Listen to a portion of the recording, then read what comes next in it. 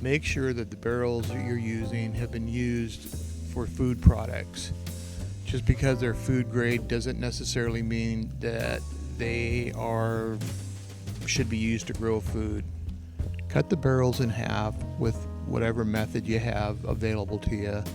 These were done on a table saw. Once you have the barrels open, give them a thorough cleaning with soap and water and rinse well.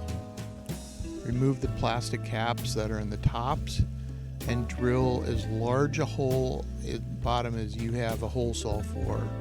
In my case, I used 4-inch hole saw and put 2 large holes in the bottom of each one. This is important for drainage, as you do not want them to fill up with water here in Washington State.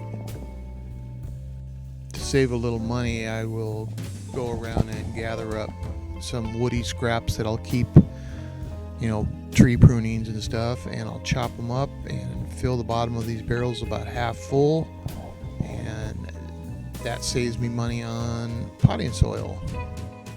Okay, just like in an aquaponic system, exactly the same thing. This stuff is sterile.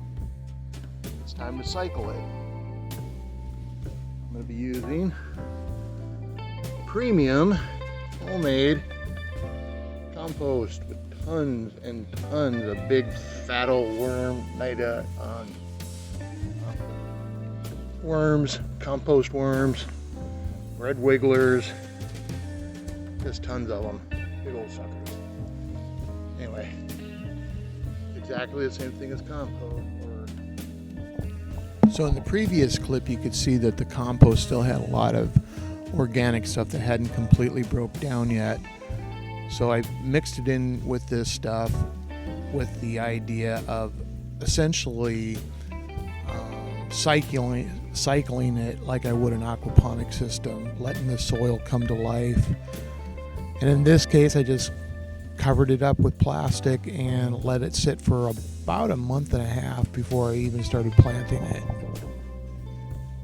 I like this configuration because you get 1, 2, 3, 4, 5, 6, 7, 8 grow areas. This works really well. Okay, well, it's August 26th, and let's take a look around. This is the barrel garden I've been doing, showing in these pictures. So the peppers are doing really well. Got a couple kinds going in here. Got a nice cucumber plant in the back. It's been producing most of the summer.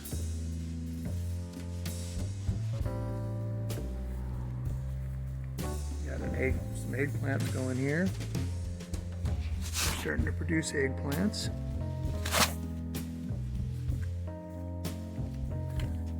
Got a big Roma tomato going on back here with hundreds and hundreds of tomatoes on it. This is one single plant. All those tomatoes. These were beans. Peas coming up now. They produce pretty good. These are what's called yard-long beans, and they're a long haul one. You gotta wait till late summer. You gotta start them in the spring and wait till late summer, and all of a sudden you'll think that there's nothing happening, and all of a sudden they'll just take off on you, and that's what's happening now. So hopefully I've got enough time to still get some beans out of it. Take you over to an older system. This is an older system. These are black tomatoes. Absolutely beautiful. Look at those things. And we've got some kale. We got parsley growing in one of those in-between spots. A different person in the background there.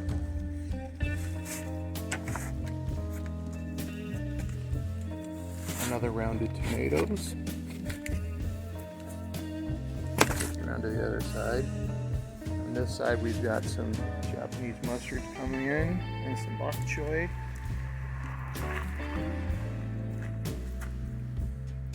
Swiss charge coming through.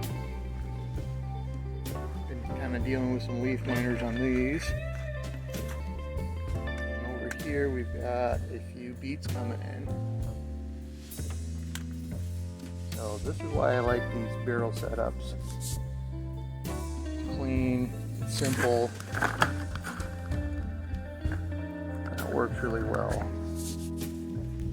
This one's got a little hoop house that goes over it, lights and everything.